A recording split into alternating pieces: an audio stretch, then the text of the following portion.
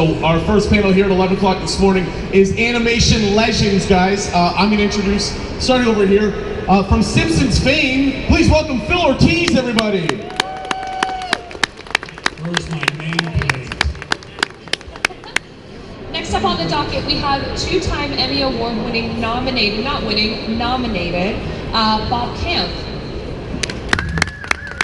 What was that for? Ren and Stimpy.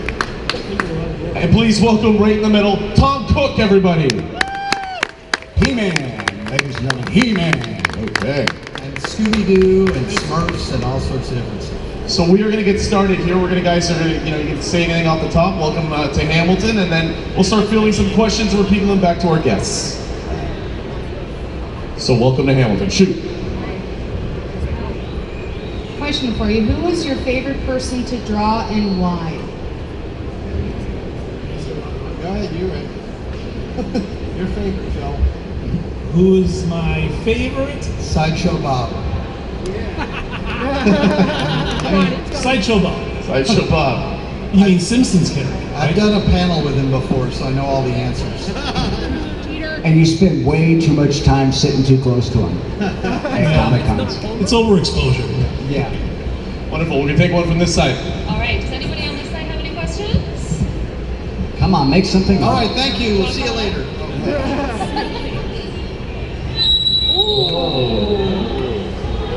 Don't go in front of the speaker.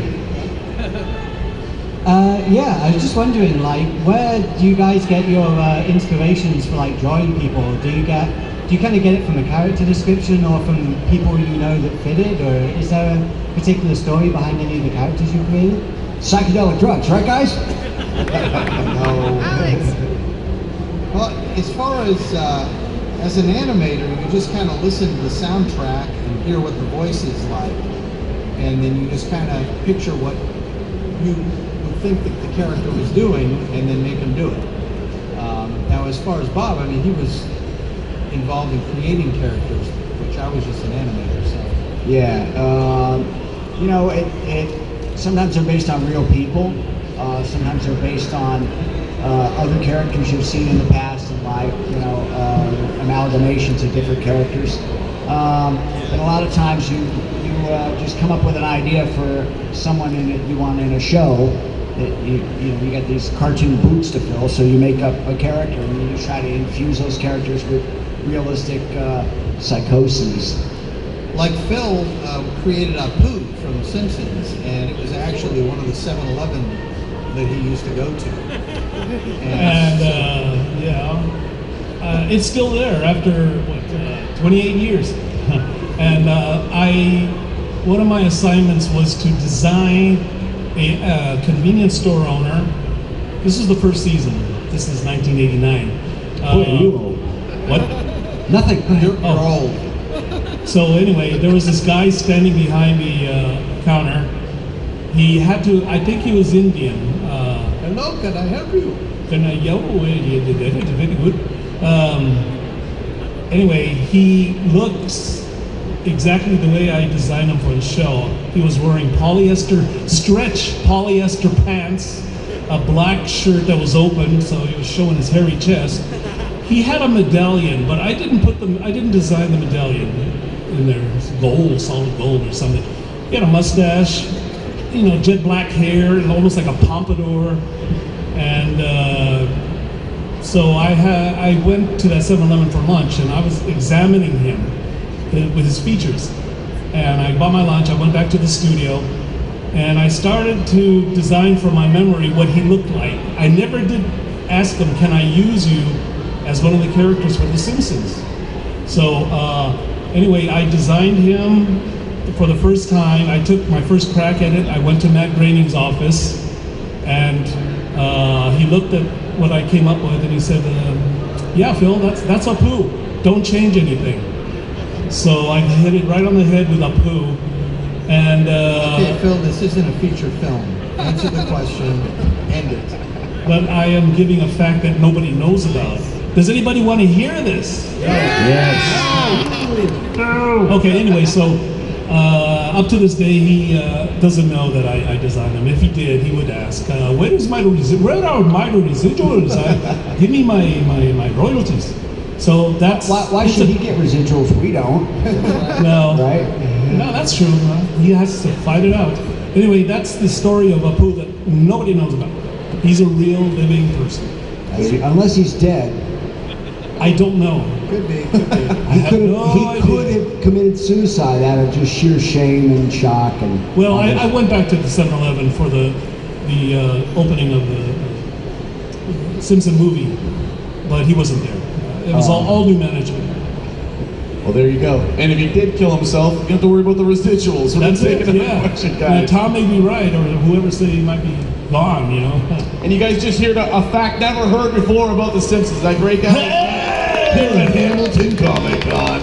And I'm going to take some questions over here on this side if anyone has one. If you don't want to come up, you can just yell to me. I'll repeat it back if you're shy. I don't know. Did you also know that The Simpsons is done in a huge underground bunker, thousands of feet below Hollywood, and they're Morlocks, you know, like from the future, and they whip and beat them. They're writer-producer Morlocks, and they beat the artists, and they have to draw. And if they don't get the right amount of bumps on Bart's head, they beat them to death. Yet another unknown fact here said at Hamilton Comic Con. No, I'm sorry. I thought you were asking for unknown lies. Oh, okay. Well, Sorry. you get a little bit of Ignore both here everything at I just said. Hamilton It's Comic all crap. all right. So Hans Moleman beats people underground. Anyways, anyone? Shoot. We had it. We had that question. Favorite. Escort him out. You're out of here. You're gone. But it was Sideshow Bob. Sideshow Bob was the answer to that question. That's the answer to every single question. Sideshow Bob. Sideshow Bob. Next time, get to the panel on time. That's right. We'll take one from that side because I'm running out of luck We're here. going to take a question from this side. You said you have a question, right? Do you want to come on up? So, drawing the Super Friends, how was that? Did you look at all the other comic versions of the Super Friends? Well, I was actually a rapid transit bus driver in Los Angeles, and I took a class in comic book art, and the teacher worked at Hanna-Barbera, and he liked my superhero drawings, so he said, would you like to go to a class and learn basic animation at Hanna-Barbera? I could, recommend you. And I said, no, I'd rather just be a bus driver the rest of my life. And no, so I took the class, and it just so happened that the first show I worked on was Super Friends, and that's why they hired me, because he said a lot of people could do Scooby and Fred and Barney because it's kind of cartoony, but they didn't have a lot of animators who could draw realistic characters. So that's the reason I got the job, was because of Super Friends. Cool.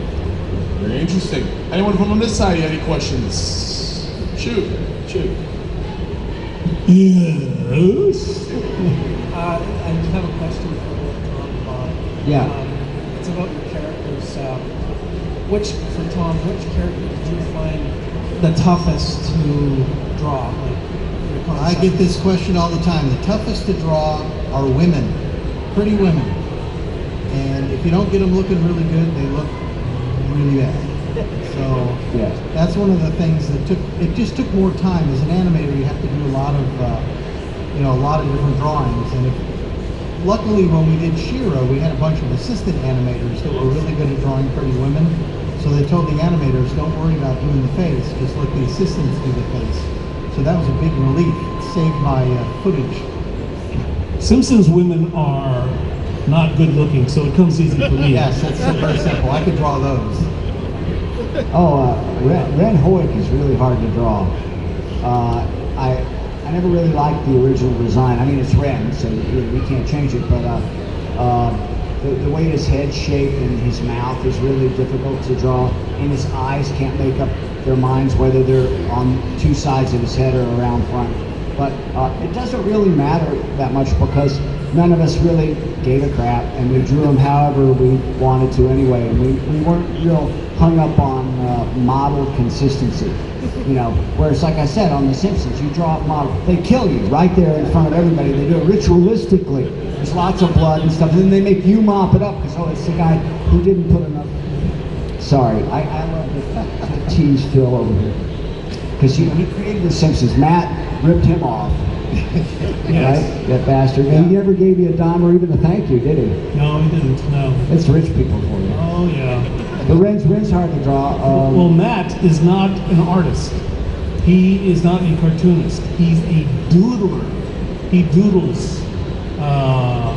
Yeah, he had a one-panel cartoon comic in a magazine called Life in Hell. But if you asked him to draw the human body, forget it. You know, he always asks the artist to draw for him. See, that's it. Yeah. That's the key to making money. That's it. Yeah. It's never like I always equate doing what we do for a living as being a ditch digger, because your pencil is your shovel, and you're down.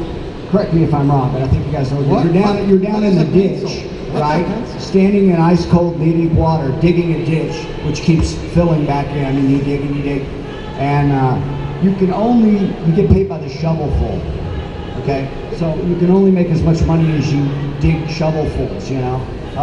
The guy who makes the money is the guy who's up on top of the ditch yelling at you to dig faster. And that's where the money is. So you gotta get up out of the ditch. The pencil is not your friend. But I'm not bitter. But then, at least Matt Groening doodled a good job for himself. He did, and he did real well. And how a multi-millionaire, how a doodler who can't really draw has become a multi-millionaire is beyond me. Hey, Matt and Trey, they can't draw. What? The South Park guys, they can't draw. Yeah. No, they don't. That's obvious. That might Phil. be me. I'm not sure. Excuse me. Time up. Can't be. Anyone else have any questions? In the back, okay. Yeah, you can come up, and if you want it, I don't know. The mic cable's only so far. This must be a Simpsons character. Donuts. Okay, come on up. My question is, I guess for Phil, I'm sorry, it's the one I have at That's the okay. moment. But Phil, I wanted to ask you, since you started working on The Simpsons in the beginning, with the process of the first 2 seasons, how was it for you to work with all the other artists and designers and stories and with Matt Groening? How was it with you working on it? Was it just tedious and just so much trouble, or was it actually a lot of fun to come up with these new characters, especially in the first few years of Simpsons? Well, as co-worker to co-worker, yeah, we horsed around a lot, especially in the first season, because we had to turn a 1-minute wraparound on the Tracy Ullman show into a whole half-hour show. So we were all anticipating this show to be big, although by the same token, it wasn't. Nobody knew that it was going to be as big as it was. So A good Yeah. time was had by all. it also evolved. From the Tracy Ullman show, it had a strange look to The Simpsons. It's not like what you see now with The Simpsons. Hey, I'm talking. Yeah, he just didn't see the No, I'm just kidding. No. But it evolved, just like Mickey Mouse and all these other famous cartoon characters. So it was fun doing that, watching it, evolve into something that becomes a part of Americana. Awesome. All right, so I did see a hand on this side. Yes. Do you want to come up and meet me in the middle? My wire goes even less far. This is about as far as I can go That's it. without tripping people. Let's go. It would have taken longer if you'd gone around this way. It's all right. Figuring it out. Looking at some airplanes on the way. It's all right. Perfect. All right. I kind of wanted to know what it was like just animating, like any really good experiences or really bad experiences doing animation. Just how it was to animate stuff, huh? Animation's hard, dude. It is It's like a rough. Yeah, and generally, I try to avoid it. Do you? That was my job. So I It was your couldn't job. But animation, it's like going like this. Yeah. It's just tedious, mind-numbing, torturous stuff. That's why I don't do it. That's why get guys like him to do it. Well, that's why I became a director and gave. Me too. Let's hear that the up. directors, right? Get back in that ditch. Here, take your shovel. But it was really, it was fun to see your thing come alive, even though it took so long to get it done. As an animator, you do maybe every 5th drawing, and then you let the in-betweener do all the in-betweens. But you would just kind of rough something in so you could test it with the video system to see how, if the timing was right and stuff like that. But when you finally got the scene done, I mean, it was really nice to watch it on screen and see that it looks good. And if Lou Scheimer happened to give it the thumbs up, then it was even better. But he was that involved, huh? Yeah, he'd look at dailies every day. But with today's technology, any of you can actually put a cartoon together. Well, you'd be moving the cartoon, you wouldn't be animating. Don't tell them that, Phil. Jeez, what are you, nuts? You mean you're still working in-house? Well, that's why you're unemployed. Bob, are you still working in-house? In-house? In my house, yeah. I work in my house, yeah. These days, you don't really have to be in an animation studio to do what you do. Yeah, things have changed a lot. You have this thing called the World Wide Web. It's amazing. I just put my stuff on there and it goes away and they get it somehow. And back in the day, we used to use something called a pencil. And they don't do that anymore. So, and there was this fibrous material called paper that we used to draw. Actually made from wood. Actually wood, yeah. Real wood. Actual trees, back when they still had trees. That's why you guys are amazing. So the only computer we used to make animation back in the old days was the Xerox machine. That's it. Do you know, Ren and Stimpy, and more specifically me, I did a cartoon called Out West, which was where Ren and Stimpy go and meet the stupid sheriff or deputy who want to hang them because they're bored and they killed, already hung everybody, so they convince him to go steal Mr. Horse, and no sir, he doesn't like it.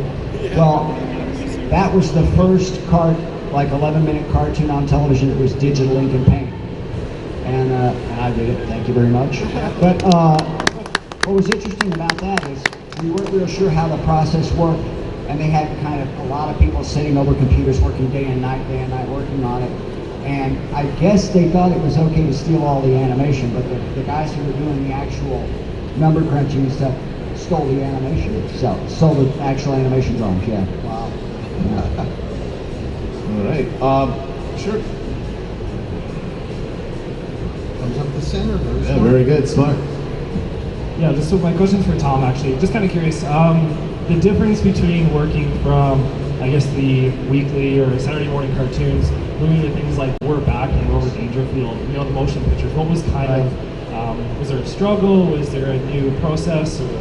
Well, it was actually less of a struggle because with the He-Man and stuff like that, we had so many episodes we had to do in such a short time. But when we worked on like Over Dangerfield, I mean, there was a deadline, but it still was quite a ways down the line. So it was a little bit nicer to be able to really spend the time to animate something, and if it didn't look quite right, you could fix it 5 or 6 times.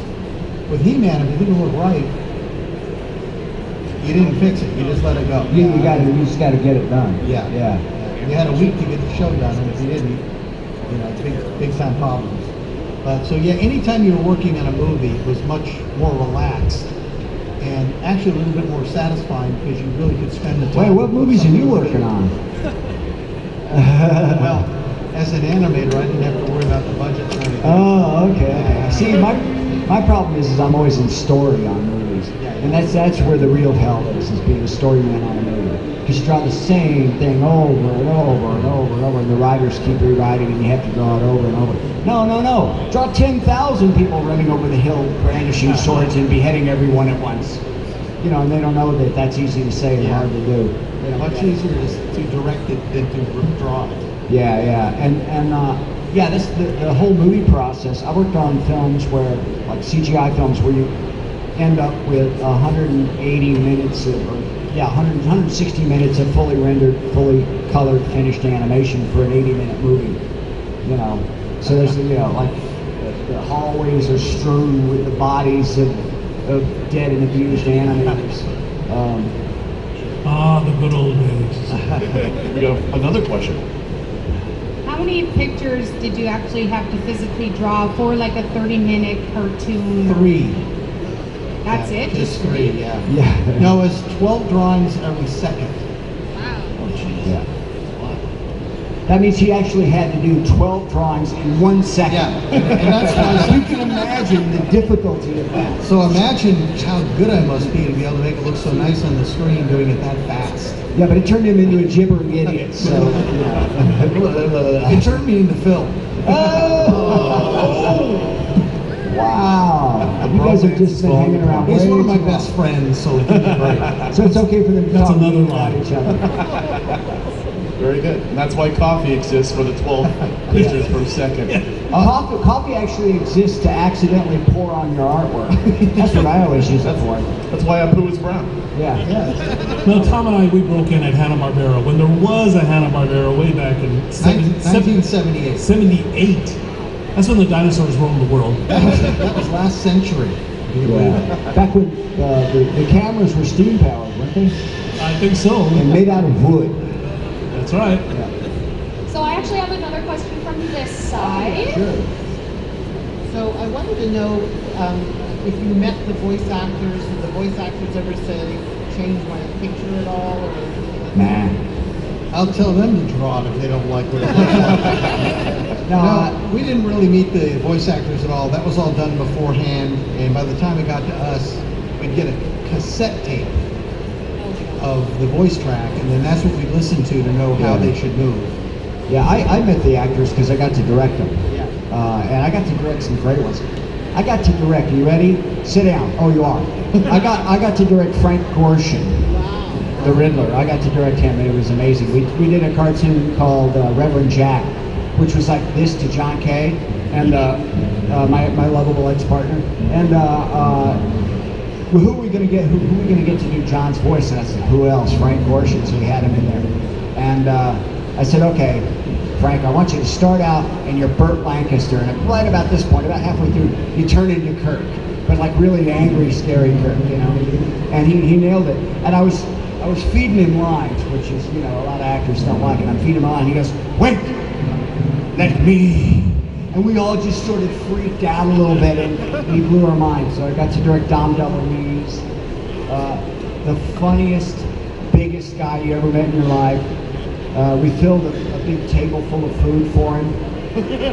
And I hired him because I knew he could do a pretty great Marlon Brando, so I had him come in. And I said, are they starting at the airplanes, man? So There's something to do with Dr. he came in and I said, Dom, I thought you might be hungry. And he had like his hat on his side, had a cape, looking suave. And he said, no, I couldn't touch a thing, ate a grape, and went in and killed us. He slayed us, we were dying. And then he came out and ate everything and performed for us for about an hour. So yeah, I'm pretty lucky. I got to. And I got to work with Rodney Dangerfield when I did Rover Dangerfield. Of course, he was like, I get no respect, you know. And he was the same way in person as he was, you know, on camera. Yeah, all kind of sweaty and disheveled. But the one that I really was excited to meet was when I first started in the business. We were doing an episode of the Flintstones. And one of the people that I worked with kind of motioned for me to go downstairs with them. So I got to meet Mel Blanc. And that was one of my big thrills of my life. Mel Blanc, he's a man. I worked on the Bugs Bunny comic strip for 3 years from 1988 to 1990. And I used to go to Warner Brothers. And I would see him in the hallway from a distance, far distance. But I was thinking of getting a book signed by him. There was a book called That's Not All, Folks. But then he passed away just as I bought the book, and I was going to go tomorrow to ask him to sign it. So. The pen was in his hand. Kill him. He was about to sign his name, and he dropped dead right on before he could sign it, right? I got it. Yeah. That's awful. And does anybody know Tex Avery? Yeah, he worked at Hanna-Barbera towards the end of his life there, around 1980, 81. And there was a show called Quickie Koala. And it was short-lived at Hanna-Barbera, but I got a chance to talk to Tex during my lunch break. And we had a lengthy conversation. And at the end, he turns to me and he looks at me and he says, do you think my cartoons are funny? And I was a little shocked. It was like low self-esteem right there. No, I just told him, you have a book out too, Tex, called Tex Avery, the King of Cartoons. But, I was talking to a legend, Tex Avery. Yeah, wow, I remember met him. And Bob Clampett was another one I got to meet because I loved all the early Beanie and Cecil stuff that I grew up with. And a friend of mine had worked on the show, and he called me into his office one day. This is when I was working on Thundar the Barbarian. And he called me into his office, and I go in there, and he just hands me the phone. And I kind of go, hello? And he goes, hi, this is Bob Clampett. So I was like, so I ended up getting some nice autographed stuff from him. So it was really cool. I think the first thing what I would say was, tell me some dirt on Chuck Jones. Now, I want to hear the filth on Chuck. I worked for Chuck Jones on a thing called Stay Tuned. It was a movie with Pam Dawber and John Ritter. And at one moment, they turn into these cartoon mice. And it's like a little Chuck Jones cartoon. That, yeah. Yeah, I did all the key assistant work on that, and they called me up and asked me if I wanted to head up their next project, and said, let's have lunch. And I said, I don't think you realize I live in Seattle. I was doing this through the mail. Yeah. And so he was like, oh, well, I guess we can't have lunch. So no. That did me in for that, but I almost got a job with that. I met Chuck Jones when we were working on Tiny Toons, and by that point he turned into Mark Twain. He would dress like Mark Twain and act like Mark Twain and talk like Mark Twain. They were virtually indistinguishable in as much as he was still living and the actual Mark Twain had been dead for quite a while. But it was great to meet him. Me and Eddie Fitzgerald and a couple of the other guys, we ran up to him and said, Chuck, you got to talk to these guys. We're making crappy cartoons and the writers are telling us what to do. You got to beat them up. You got to be mean to them. You got to tell them you can't treat cartoonists like this. And he said, well, Mark Twain said. And he went into this whole Mark Twain thing. And I thought, wow, this is what I can look forward to when I get really old. I'll just be a doddering idiot walking around drawing Red Hood leaning against a tree, eating a carrot and going, hey, Stimpy, I think you'd look good as Mark Twain. Guys, that's all the time we have here with the animation legends. Please give it over Phil Ortiz, Bob Camp, and Tom Cook, everybody. Now, if you have any more questions, they're going to be after Bruce all day. So go check it out. It's just